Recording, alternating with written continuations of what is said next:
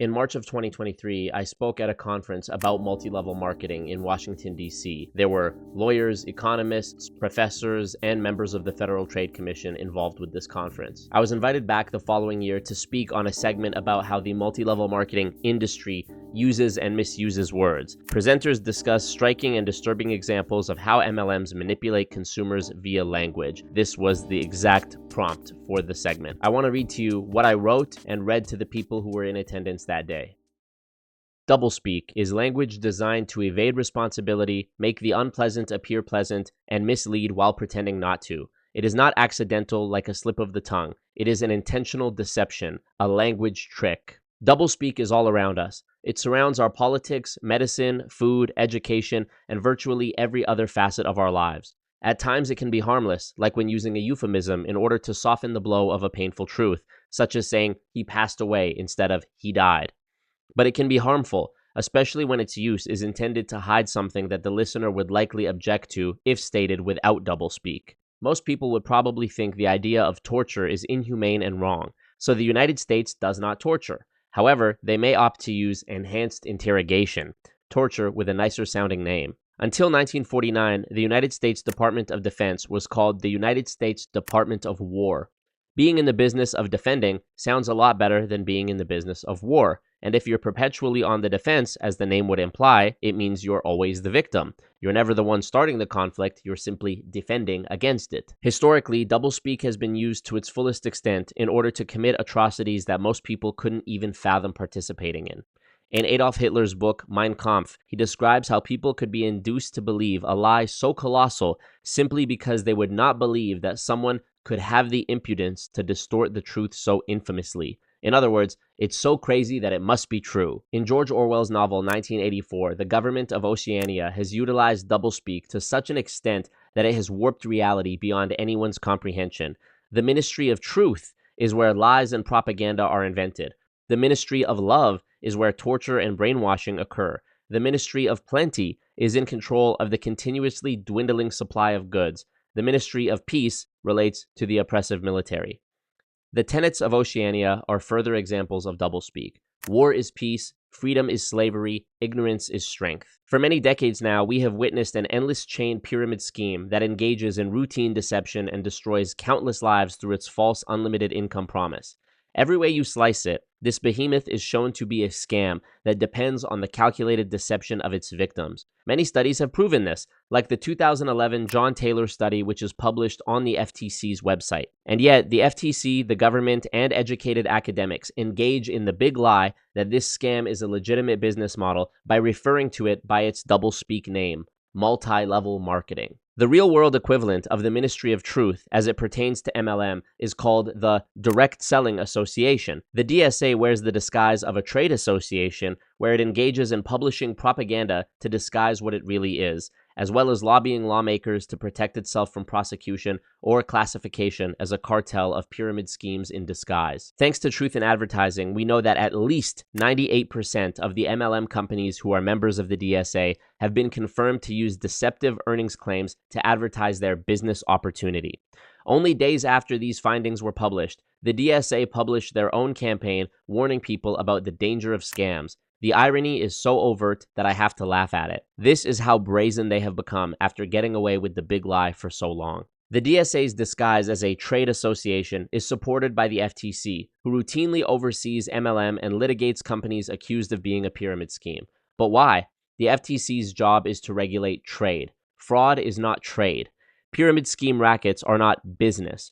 Fraud cannot be regulated because it is inherently based on wrongdoing. The idea of regulating MLM is as ridiculous as the idea of trying to regulate theft or murder. Sitting around trying to discuss the right way to do it is to perpetuate the big lie even further. I made the mistake of using doublespeak that supports the big lie when I spoke at this conference last year. I said that the industry of multi-level marketing needs stricter regulation. What I should have said is, MLMs are pyramid schemes that need to be outlawed and the perpetrators need to be punished. Since the FTC can only bring a civil case, I believe it should refer pyramid scheme investigations to the Department of Justice so that the scammers who knowingly perpetuate this fraud actually end up in prison where they belong. On the ground level, doublespeak is present in nearly every single term used by MLM recruiters.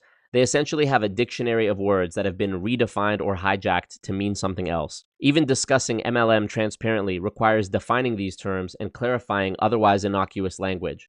As I mentioned before, even the term MLM itself is doublespeak. I use the term anti-MLM to make it easy for people to identify what it is I'm talking about in my videos, but I recognize that this is sort of like saying anti-unicorn. How can someone be against something that doesn't exist? Multi-level marketing doesn't exist in the way that it claims to. It is a disguise. The word distributor actually refers to customers, as most distributors never actually make retail sales of a product to someone who is not themselves pursuing the business opportunity.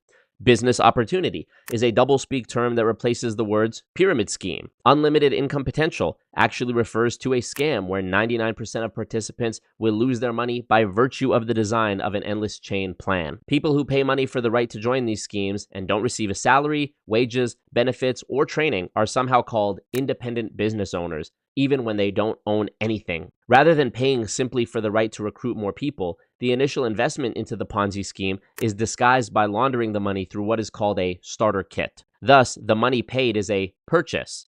The money paid out for recruiting is then called a commission, on and on and on. Whenever the public has started to catch on to this deceptive language, the MLM cult has used new words or changed the definition of existing words to mean something different. In the 8 years since the John Oliver special on multi-level marketing was released, there has been an effort by pyramid schemes to distance themselves from the label of MLM and instead call themselves network marketing, social selling, or some other nonsense term.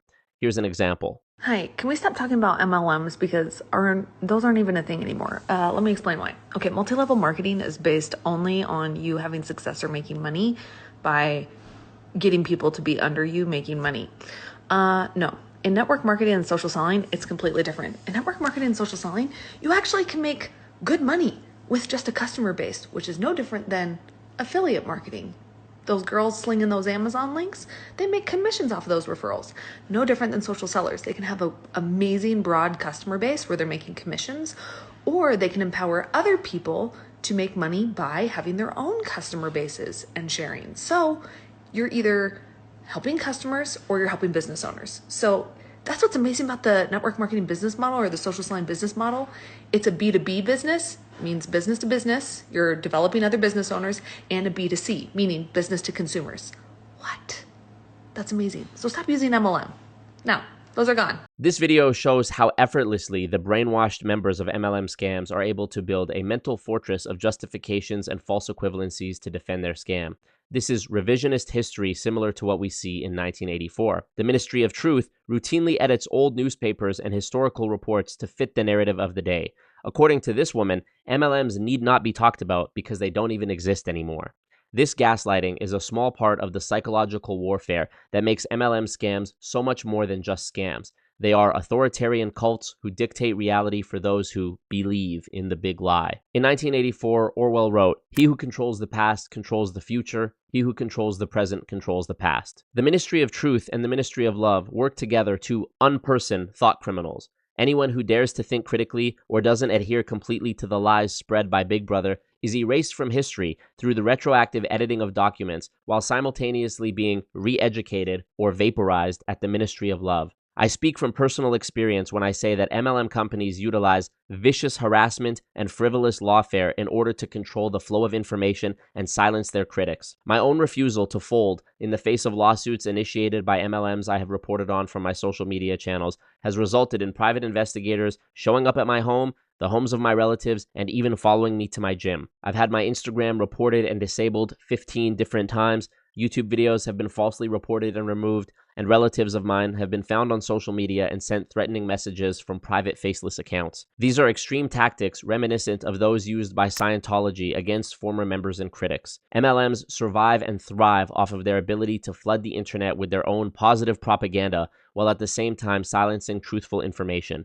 This information usually comes from independent sources who are able to speak the truth because they aren't beholden to any government organization or educational institution who they might otherwise implicate in a frivolous lawsuit. Unfortunately, this also means that MLMs have an easier time silencing these independents, since they are always outmatched financially and are likely to suffer a harassment campaign at the hands of the brainwashed members of said MLM. For these reasons, most people who would speak out don't, and many people who do speak out eventually fold under the pressure and stop. In April, FTC Chair Lina Khan went on The Daily Show with Jon Stewart and said, "Over the last couple of decades, we've seen how businesses can treat fines just as a cost of doing business. Right. And we need to make sure that we're actually deterring illegal behavior." The irony here is that this is exactly what MLM has been able to get away with in many cases since the 1979 Amway decision that made endless chain pyramid schemes legal. The infamous Herbalife case, where Herbalife paid a $200 million settlement and was able to avoid the label of pyramid scheme, resulted in what is, in my opinion, one of the most shameful moments in FTC history. This is when then-Commissioner Edith Ramirez said about Herbalife that they were, quote, not determined not to have been a pyramid. Again, we came so close to the truth, but ultimately danced around it. Regulatory capture through lobbying has rendered the FTC almost completely useless against the bigger problem. Lobbying has been used to secure unfair advantages by many industries, but unlike any other legal industry that can be pointed to, MLM, in my opinion, is not a business. They are not an industry. There's nothing industrious going on. They don't create anything new or improve upon anything that came before.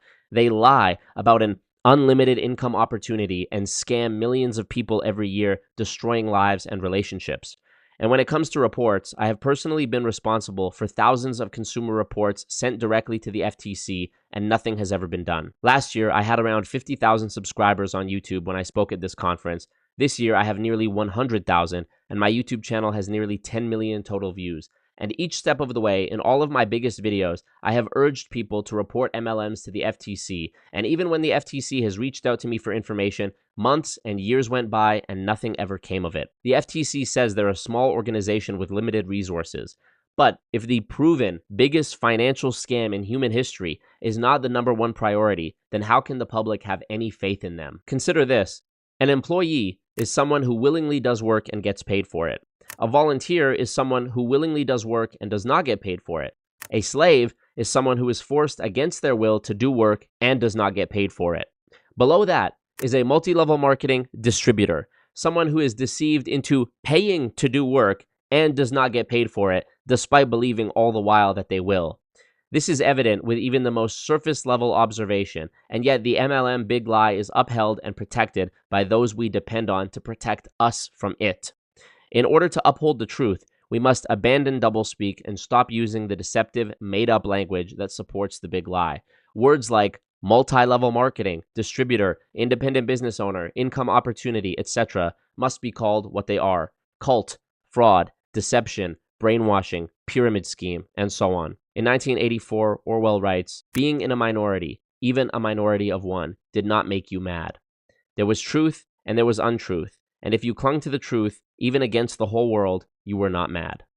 Now, immediately after I spoke, there was a presentation by two women with PhDs who talked about how MLMs target women through a, quote, iterative, three-pronged gender disinformation strategy. This, of course, is the doublespeak of inflated language, and in the book Doublespeak by William Lutz, he mentions how academics are some of the most notorious practitioners of doublespeak. Academics are experts at making the mundane sound profound. Talking about things like how MLMs target women and minorities, or how they make false and misleading claims about the health benefits of their products or their business opportunity would be worth mentioning if we were talking about a real business. But we're not. We're talking about fraud. So to point out and criticize the ways in which this fraud is perpetrated while simultaneously refusing to call it fraud is, to me, sort of like criticizing a murderer for how he disposed of a body while refusing to call him a murderer. That being said, I do think this conference and the past conferences are a step in the right direction, because we have people with impressive resumes who are speaking out publicly against MLMs, but there's a long way to go in terms of talking about MLM honestly and transparently, in my opinion. I also think that everyone involved in the conference, everyone who spoke at it, is a good person with good intentions who wants to make the world a better place, and they should be commended for their bravery in speaking up against MLMs, because it takes courage to do it at all. But I think we will really begin to make progress when we abandon the doublespeak and legal precedent that has been in place until now and call it what it is. MLM is fraud. If you want to support this mission of taking on multi-level marketing pyramid schemes, but you don't want to take on the risk of being sued and harassed, you can join my Patreon for as little as $1 a month. You get early access to all the new content before everyone else sees it, as well as access to talking to me directly.